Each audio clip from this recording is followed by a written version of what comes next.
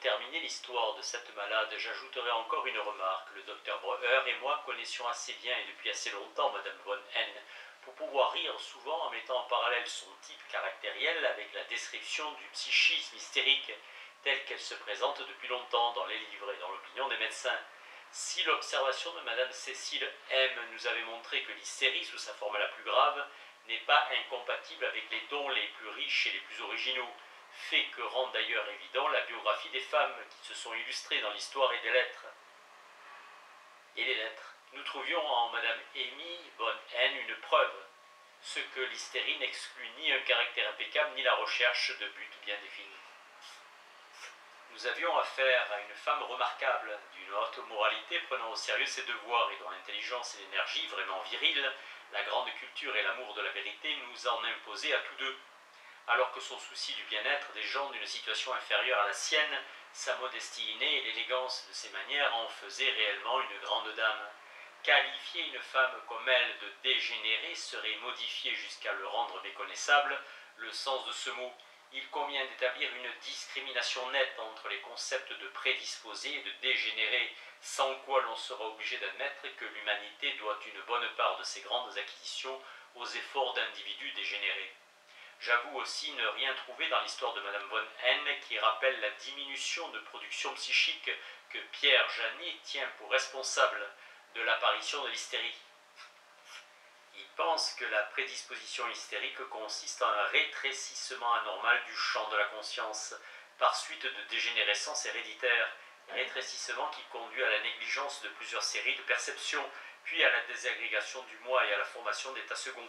En conséquence, déduction faite des groupes psychiques hystériques organisés, le reste du moi devrait être aussi moins capable de réalisation que le moi normal, et de fait, ce moi, suivant Janet, est chez les hystériques affecté de stigmates psychiques réduits au monoïdéisme et incapable d'accomplir les actes volontaires de l'existence.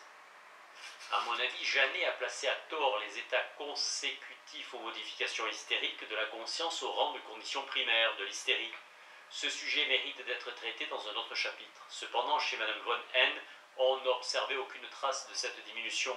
Pendant les périodes où son état était le plus grave, elle continue à participer à la direction d'une importante entreprise industrielle, ne négligeant jamais l'éducation de ses enfants, entretenant toujours une correspondance avec des gens éminents, bref, remplissant toutes ses obligations de façon telle que sa maladie passait inaperçue. Je crois volontiers que tout cela avait provoqué un surmenage psychique considérable, impossible à supporter longtemps, et qui devait aboutir à l'épuisement, à une misère psychologique secondaire. À l'époque où je la vis pour la première fois, ces troubles commençaient à influer sur sa capacité d'agir, mais en tout cas, cette grave hystérie existait plusieurs années avant l'apparition des symptômes de surmenage. Complément en 1924. Je sais que nul analyste ne lira sans un sourire de pitié cette histoire de malade, mais il faut se rappeler que c'était le premier cas où j'employais dans une large mesure le procédé cathartique. C'est pourquoi je conserve à cette observation sa forme originale. Je ne désire parler d'aucune des critiques si faciles à formuler aujourd'hui, ni d'entreprendre de combler les nombreuses lacunes de cet exposé. Je n'ajouterai que deux choses, mon opinion acquise plus tard sur l'étiologie actuelle de la maladie et quelques remarques sur le cours ultérieur de celle-ci. Alors que j'étais son hôte dans sa maison de campagne, j'assistais un jour à un repas auquel prenait également part un étranger qui s'efforçait visiblement de se montrer aimable. Après son départ, elle me demanda s'il m'avait plu et ajouta incidemment « Figurez-vous qu'il veut m'épouser ». En rapprochant cette phrase d'autres propos que j'avais omis de prendre en considération, je compris qu'elle avait alors envie de se remarier, mais qu'elle considérait que l'existence de ses deux filles, héritières des biens paternels, constituait un obstacle à la réalisation de ce projet. Quelques années plus tard, à un congrès de naturalistes, je rencontrai un éminent médecin habitant le même endroit que Madame Amy von N, et je lui demandai s'il la connaissait et comment elle se portait. Il la connaissait en effet et l'avait lui-même traitée par l'hypnotisme. Elle avait agi vis-à-vis de lui et de bien d'autres médecins encore de la même façon qu'avec moi. Très mal portante, elle s'était adressée à lui et le traitement hypnotique auquel elle s'était soumise lui avait fait le plus grand bien. Puis tout à coup, elle s'était brouillée avec son médecin et était retombée tout aussi malade qu'auparavant. Il s'agissait là d'un véritable automatisme de répétition.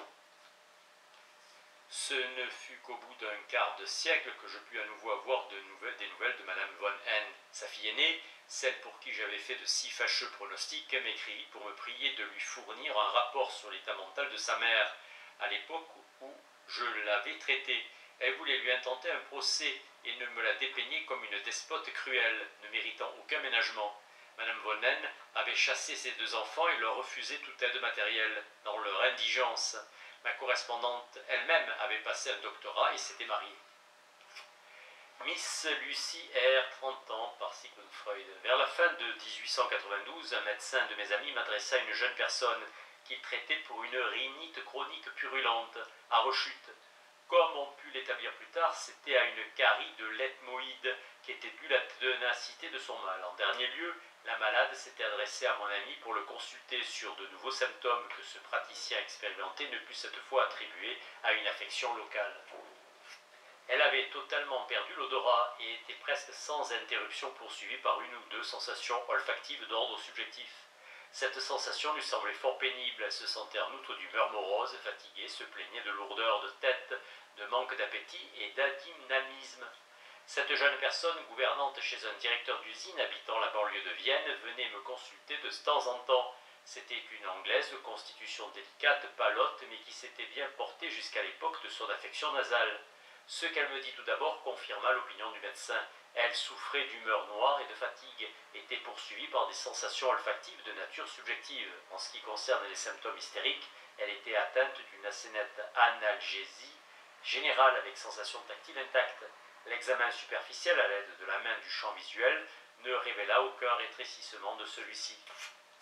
L'intérieur du nez était parfaitement analgésique et dépourvu de réflexes. Les contacts étaient ressentis, mais les perceptions olfactives étaient supprimées, aussi bien pour les excitations spécifiques que pour d'autres, ammoniaques et acétiques.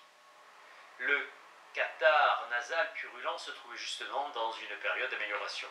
Dans mes premiers efforts pour comprendre ce cas, il fallut bien arranger les sensations olfactives subjectives parmi les symptômes hystériques permanents. L'humeur maussade faisait peut-être partie de la charge affective du traumatisme et sans doute s'était-il produit un incident à l'occasion duquel les odeurs avaient été objectives, avant de devenir subjectives. C'était cet incident qui constituait probablement le traumatisme dont les sensations olfactives étaient le symbole ressurgissant dans les réminiscences. Peut-être serait-il plus exact de considérer les hallucinations olfactives répétées ainsi que la mauvaise humeur qui les accompagnait comme des équivalents d'un accès hystérique. La nature des hallucinations récurrentes les rend impropres à jouer le rôle de symptômes permanents. Il ne s'agissait pas de cela dans ce cas rudimentaire, mais il fallait bien que les sensations olfactives subjectives eussent dénoté une spécialisation pareille à celle qu'exigeait leur dérivation d'un objet réel bien déterminé. Cette hypothèse se trouva bientôt confirmée lorsque je lui demandai quelle odeur la poursuivait surtout. Elle me répondit que c'était celle d'un entremets brûlé. J'admis donc simplement qu'elle avait dû réellement sentir cette odeur lors de l'incident traumatisant. Il n'est pas du tout habituel que des sensations olfactives soient choisies pour jouer le rôle de symbole mnémonique d'un traumatisme, mais ce choix était facile à comprendre. La malade était atteinte de rhinite purulente, et c'est pourquoi le nez et ses perceptions étaient au premier plan de ses préoccupations. En ce qui concerne les conditions d'existence de la malade, je ne savais qu'une chose, c'est que dans la maison où elle soignait 2 enfants, il n'y avait pas de mère, celle-ci ayant succombé quelques années plus tôt à une grave maladie. Je résolus alors de prendre comme point de départ de l'analyse cette odeur d'entremets brûlé. Je raconterai l'histoire de cette analyse telle qu'elle se serait déroulée dans des conditions favorables. En réalité, ce qui aurait pu ne prendre qu'une séance en exigea plusieurs, parce que la malade ne pouvait venir qu'à mes heures de consultation, pendant lesquelles je ne pouvais lui consacrer que peu d'instants. En outre, ces entretiens avaient lieu tout au plus une fois par semaine, parce que ses obligations ne lui permettaient pas de faire plus souvent le long trajet de la fabrique à mon domicile. Nous nous interrompions donc au beau milieu de notre conversation et il fallait à la fois suivante en renouer le fil coupé. Miss Lucy ne céda pas au somnambulisme quand je tentai de l'hypnotiser. J'y renonçai alors et pendant toute son analyse, elle demeura dans un état fort peu différent de l'état normal. Il faut que je décrive ici avec plus de précision la technique du procédé que j'employais. Quand en 1889 je me rendis aux cliniques de Nancy, j'entendis le grand maître de l'hypnotisme, le docteur Liébaud, dire « Ah, si nous avions la possibilité de rendre tout le monde somnambule, la thérapeutique hypnotique deviendrait la plus puissante de toutes. » Et à la clinique de Bernheim, il semblait bien qu'il existait un art pareil et que Bernheim pût l'enseigner. Dès que j'essayais de pratiquer cet art sur mes propres malades, je remarquais que d'étroites limites bornaient tout au moins, en ce qui me concernait, le champ de mon action, et que lorsqu'un patient ne s'endormait pas au bout d'une à 3 tentatives, je ne possédais aucun moyen de le rendre somnambule. Le pourcentage des somnambules m'apparaissait bien plus faible que celui indiqué par Bernheim. Je devais donc soit renoncer à la méthode cathartique dans la plupart des cas auxquels elle aurait convenu, soit essayer de l'utiliser en dehors du somnambulisme, dans des états légers, voire douteux d'influence hypnotique. Le degré d'hypnose qui correspondait à l'état non somnambulique et qui était déterminé suivant une des échelles faites à cet usage, me semblait indifférent puisque toute orientation de la suggestibilité est au surplus indépendante des autres et que le suscitement de la catalepsie, des mouvements automatiques, n'est nullement préjudiciable à l'éveil facilité de souvenirs oubliés, tels que ceux dont j'avais besoin. Je perdis bientôt l'habitude de pratiquer les épreuves destinées à déterminer le degré d'hypnose, car celles-ci, dans un grand nombre de cas, provoquaient chez les malades de la résistance et altéraient la confiance dont je ne pouvais me passer pendant ce travail psychique si important. En outre, j'étais las après avoir répété cette affirmation et cet ordre « Vous allez dormir, dormez », ne m'entendre répondre sans cesse dans les degrés légers d'hypnose « Mais docteur, je ne dors pas », et de devoir faire une délicate distinction en disant « Mais il ne s'agit pas d'un sommeil ordinaire, mais bien de l'hypnose. Voyez-vous, vous êtes hypnotisé, vous ne pouvez ouvrir les yeux, et d'ailleurs, je n'ai pas besoin que vous dormiez. Je suis bien convaincu que nombre de mes collègues psychothérapeutes savent se tirer de ces difficultés bien plus adroitement que moi. Peut-être opèrent-ils de façon différente, mais je trouve que lorsqu'un mot risque aussi souvent de vous mettre dans l'embarras, il vaut mieux alors éviter ce mot et cet embarras. Donc, quand une première tentative n'aboutissait ni au somnambulisme ni à des modifications somatiques nettes, j'abandonnais en apparence l'hypnose pour n'exiger que la concentration et ordonnais au malade de s'allonger et de fermer les yeux afin d'obtenir celle-ci. Sans doute suis-je parvenu ainsi à obtenir le degré le plus élevé possible d'hypnose. Mais en renonçant au somnambulisme, je me privais peut-être d'une condition préalable dont l'absence ferait paraître impraticable la méthode cathartique. Cette dernière ne reposait-elle pas sur le fait que les malades disposaient, dans leur état de conscience modifié, de souvenirs et d'associations non présents lorsqu'ils se trouvaient dans leur état normal? Là où l'élargissement hypnotique du champ de la mémoire ne se produisait pas, il devenait impossible d'établir une détermination causale, détermination que le malade n'offrait pas au médecin comme une chose connue. Or, ce sont justement les souvenirs pathogènes qui font défaut à la mémoire des malades dans leur état psychique ordinaire, ou qui y sont seulement tout à fait sommairement présents. Voir la communication préliminaire. Dans ce nouvel embarras, je me rappelais avec profit avoir entendu dire à Bernheim que les souvenirs du somnambulisme n'étaient oubliés qu'en apparence, à l'état de veille. Ils pouvaient être évoqués par une petite exhortation alliée à un contact de la main pour marquer un autre état de la conscience. Par exemple, il avait créé chez une somnambule une hallucination négative, suivant laquelle il n'était lui-même plus présent. Ensuite, il avait tenté, sans y parvenir, de se faire remarquer d'elle de toutes sortes de façons, en intervenant même de façon assez rude. Une fois la malade réveillée, il exigea de savoir ce qu'il lui avait fait pendant qu'elle le croyait absent. Stupéfaite, elle lui répondit qu'elle n'en savait rien. Sans renoncer, il lui affirma qu'elle se souviendrait de tout, et lui posa la main sur le front pour qu'elle réfléchît. Elle finit alors par lui raconter ce qu'elle n'avait soi-disant pas perçu pendant son somnambulisme, et qu'elle prétendait ignorer à l'état de veille. Cette expérience à la fois étonnante et instructive me servit de modèle. Je décidai d'utiliser comme point de départ l'hypothèse suivante. Mes malades étaient au courant de ce qui pouvait avoir une importance pathogène. Il s'agissait seulement de les forcer à le révéler. Donc, lorsque je demandais au malade depuis quand il avait tel ou tel symptôme, et d'où émanait ce dernier, et qu'il me répondait « je n'en sais vraiment rien », j'agissais de la façon suivante. J'appuyais une main sur le front du patient, ou bien je lui prenais la tête entre les deux mains en disant « vous allez vous en souvenir sous la pression de mes mains ». Au moment où cette pression cessera, vous verrez quelque chose devant vous, et où il vous passera par la tête une idée qu'il faudra saisir. Ce sera celle que nous cherchons. Eh bien, qu'avez-vous vu ou pensé? Lorsque je commençai à utiliser ce procédé, ce ne fut pas pour Miss Lucie, je fus moi-même étonné de constater qu'il me livrait justement ce dont j'avais besoin, et je puis dire qu'il ne m'a presque jamais déçu. Il m'a toujours montré la voie à suivre dans mes investigations et m'a permis de mener ces sortes d'analyses jusqu'au bout, sans recourir au somnambulisme. Je m'en hardis un peu à peu, et à tel point que je dis aux malades qui prétendaient n'avoir rien vu ou n'avoir pensé à rien que ce n'était pas possible. Ils avaient certainement appris la vérité, mais se refusaient à la reconnaître et l'avaient rejetée.